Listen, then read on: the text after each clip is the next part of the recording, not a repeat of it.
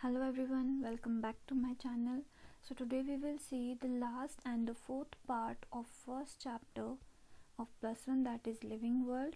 In this we will talk about taxonomic categories. What are taxonomic categories? And we will take all these levels one by one. Before starting the video, let me tell you one thing, that these taxonomic categories one by one are called taxon. मतलब कि kingdom को अगर हम consider कर रहे हैं तो इस किंगडम को हम लोग टैक्सॉन बोलेंगे, फाइलम को एक टैक्सॉन बोलेंगे, class one taxon. So like this only from kingdom up to the species level, these all categories or levels one at a time are known as taxon. So let us start with the first and the smallest group or level of this taxonomic categories, that is species. So bacha, what is species? Species, the term and the concept was given by John Ray. And to understand species properly, we have to look through the biological concept of species, that biologically हम कैसे organisms को species में डाल सकते हैं, different organism को एक species में और डिफरेंट स्पीशीज़ में हम उनको कैसे प्लेस करते हैं. So let's start with the biological concept of species. So this biological concept of species was given by Ernst Mayr, and according to this concept, closely related organisms which can interbreed in nature and produce fertile offsprings are only included in species. मतलब क्या है इसका students? ये बहुत ही important definition है, इसे अच्छे से देख लो, अच्छे से याद कर लो कि ऑर्गेनिजम्स के उसी ग्रुप को स्पीशीज में प्लेस किया जाएगा, या स्पीशीज जो है वो ऑर्गेनिज्म का ऐसा ग्रुप है जिनमें ऑर्गेनिजम्स क्लोजली रिलेटेड होंगे. They can interbreed, they can sexually reproduce with each other in nature and can produce fertile offsprings. Means अपने प्रोजेनी को वो ग्रो कर सकते हैं, और वो जो प्रोजेनी होनी चाहिए it should also be fertile, it should also be able to sexually reproduce and further give birth to the fertile offsprings. This is the biological concept of species. Now here, what does this closely related organism means? Means that they should have some genetic similarities or should arise from same ancestors. कि उनमें कोई ना कोई genetic similarity होनी चाहिए, jeans level पे similarity होनी चाहिए, या फिर वो सेम एंसेस्टर से ही अराइज हुए होने चाहिए. ऐसे ऑर्गेनिजम्स को क्लोजली रिलेटेड बोला जाएगा. So this is the biological concept of species. But the drawback of this definition or the concept is that it does not include asexually reproducing organism. So we can say that this definition is incomplete, क्योंकि यहाँ पे asexually reproducing organisms का कोई जिक्र ही नहीं हुआ है.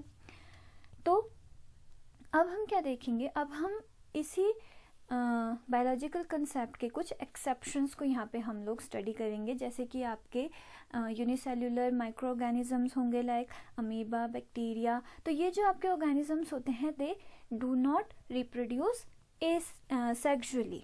ठीक है, ये इंटरब्रीड नहीं करते हैं, ये सिंपल एसेक्सुअली रिप्रोडक्शन करते हैं बाय फिजन, बाय फ्रेगमेंटेशन और मैनी अदर मेथड्स. राइट, ये तो बात आ गई आपके यूनिसेल्युलर माइक्रो ऑर्गेनिजम्स की या फिर एसेक्सुअली रिप्रोड्यूसिंग ऑर्गेनिजम्स की. लेकिन नेचर में हमने देखा है ऐसे भी ऑर्गेनिजम्स हैं जो कि सेक्सुअली रिप्रोड्यूस करने के बाद कुछ ऐसे ऑर्गेनिजम्स को प्रोड्यूस करते हैं जो कि इनफर्टाइल होते हैं, जैसे कि म्यूल जो है आपका, वो एग्जाम्पल है एक इनफर्टाइल ऑर्गेनिज्म का, which is produced when a female horse mates with the male donkey. So ये एक इंटरब्रीडिंग है. ठीक है, और ऑर्गेनिज्म इंटरब्रीडिंग के बाद या फिर सेक्सुअली रिप्रोडक्शन के बाद they are producing an infertile organism. तो ये जो है ये ऑपोजिट चला जाता है बायोलॉजिकल कंसेप्ट के. इसी के अलावा एक और एग्जांपल हमारे पास है, that is hinny. Honey is also the production of mating between female donkey and male horse. ठीक है, ये भी डोंकी और हॉर्स के बीच में जब मेटिंग होती है, हिनी की प्रोडक्शन होती है, and this organism is also infertile. तो यहाँ पे ये जो म्यूल है और जो हिनी है, both are infertile and they are produced in nature only. लेकिन बायोलॉजिकल कंसेप्ट में हमने क्या पढ़ा था, that organisms should interbreed in nature and produce fertile offspring.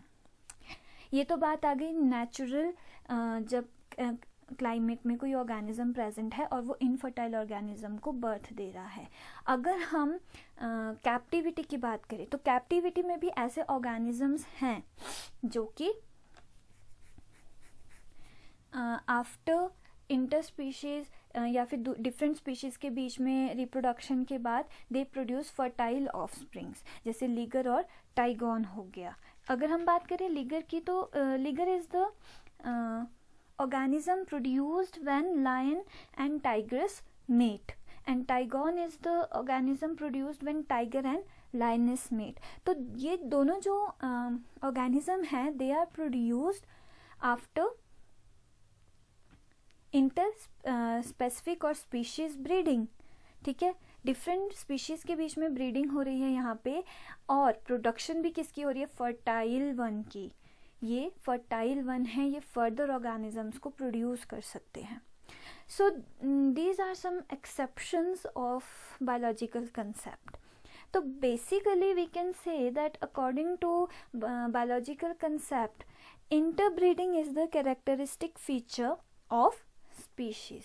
कि अगर किसी ऑर्गेनिज्म को या डिफरेंट ऑर्गेनिजम्स को हमने स्पीशीज, एक ही स्पीशीज में डालना है या डिफरेंट स्पीशीज में डालना है, तो हम देखेंगे कि दे कैन इंटरब्रीड, वो आपस में सेक्सुअली रिप्रोड्यूस कर सकते हैं एंड फर्टाइल ऑफस्प्रिंग्स को प्रोड्यूस कर सकते हैं.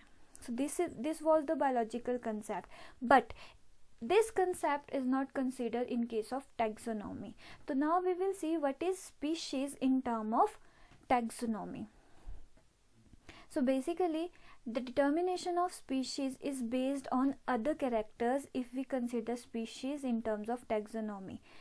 ठीक है, and that character mainly is the morphological character, means external characters. हम लोग external characters को study करेंगे, उनको study करने के बाद ही हम दो different organisms को एक species में या different species में place करेंगे.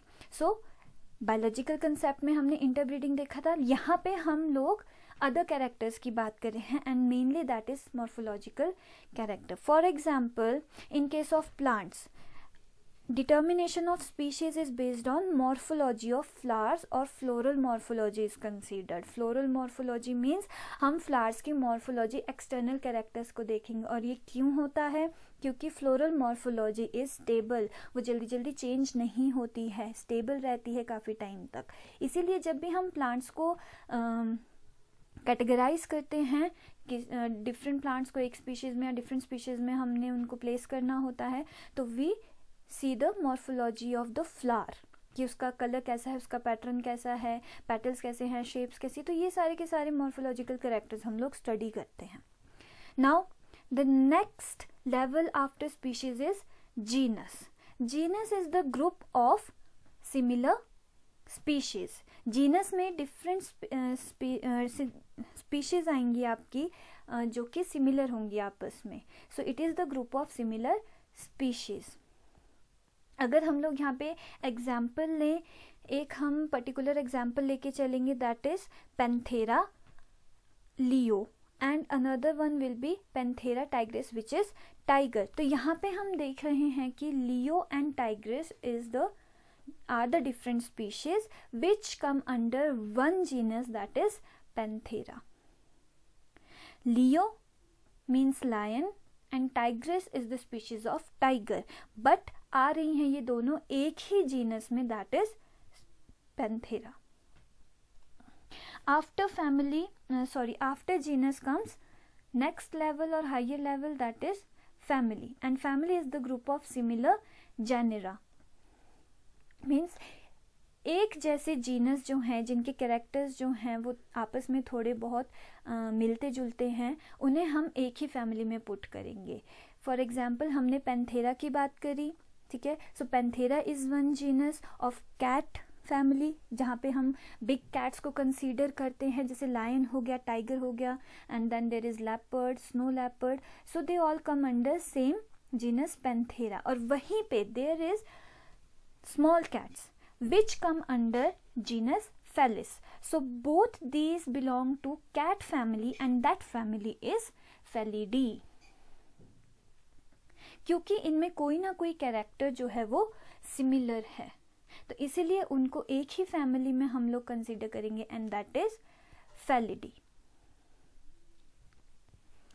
Next after family is next higher level, which is order.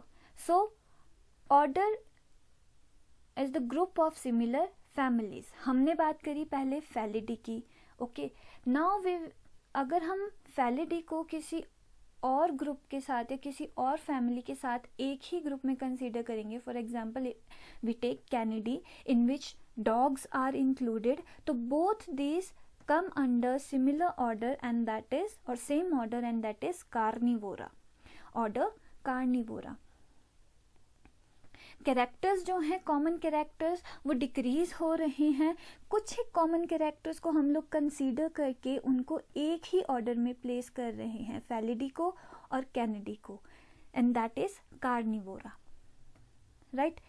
After order the next level is class. That also class is the group of similar orders, and as we have talked about last order carnivora and primata together come under class Mammalia. तो यहाँ पे Primata are the organisms जिनमें monkeys आते हैं, हम लोग आते हैं, ह्यूमन बींग्स आते हैं, तो दोनों के कुछ कैरेक्टर्स को देखा गया है, कुछ एक कॉमन कैरेक्टर्स को देखा गया है। ज़्यादा सिमिलैरिटी नहीं है कार्निवोरा में और प्राइमेटा में, लेकिन कुछ एक कॉमन कैरेक्टर्स को कंसीडर करके उसे एक ही क्लास में, दैट इज मैमेलिया में पुट किया गया है। After class comes phylum, and in phylum further characters decrease हो रहे हैं, कॉमन कैरेक्टर्स डिक्रीज हो रहे हैं।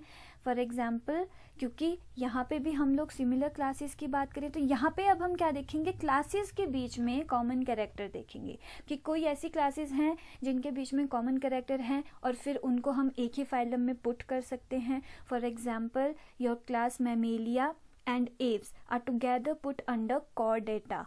इसके साथ साथ देयर इज रेप्टिलिया, पाइसेस, तो वो भी जो आपकी क्लासेस हैं वो भी कॉर्डेटा या फिर वर्टिब्रेटा में आपकी कंसीडर की जाती हैं। And at last we have the highest and largest level of taxonomic categories which is kingdom. And kingdom, if we consider animal kingdom, जितने भी अभी हमने आपके ग्रुप्स की बात करी है, लेवल्स की बात करी, वो सारी एनिमल किंगडम्स में हम लोग कंसीडर करेंगे। जैसे कि आपका पाइसेस हो गया, amphibians, Reptilia, mammals, birds, all come under similar phylum Vertebrata, and then there are Cnidaria, worms like Aschelminthes, Platyhelminthes, Arthropoda, mollusc, तो ये सारे आपके इनवर्टिब्रेट्स में और या फिर फाइलम इनवर्टिब्रेट्स में कंसीडर किए जाते हैं। So बच्चा, this was about your taxonomic categories, but the most important thing here is that number of common character as we move from kingdom to species, it increases. जैसे जैसे हम kingdom से species की तरफ यानी कि लार्जेस्ट से लोवेस्ट ग्रुप की तरफ आएंगे, कॉमन कैरेक्टर्स जो है वो इंक्रीज होते हैं, और अगर हम स्पीशीज से किंगडम की तरफ जाएं तो कॉमन कैरेक्टर्स डिक्रीज होते हैं। तो इस चीज़ को आप भूलना मत। तो इसी बेसिस पे, कॉमन कैरेक्टर्स के बेसिस पे ही हम ऑर्गेनिज्म को different kingdom, different phylum, different class, order और बाकी जितने भी आपके लेवल्स हैं उसमें हम लोग उनको प्लेस करते हैं। ओके बच्चा, so this was all for this video. Thank you for watching and like the video and please subscribe the channel.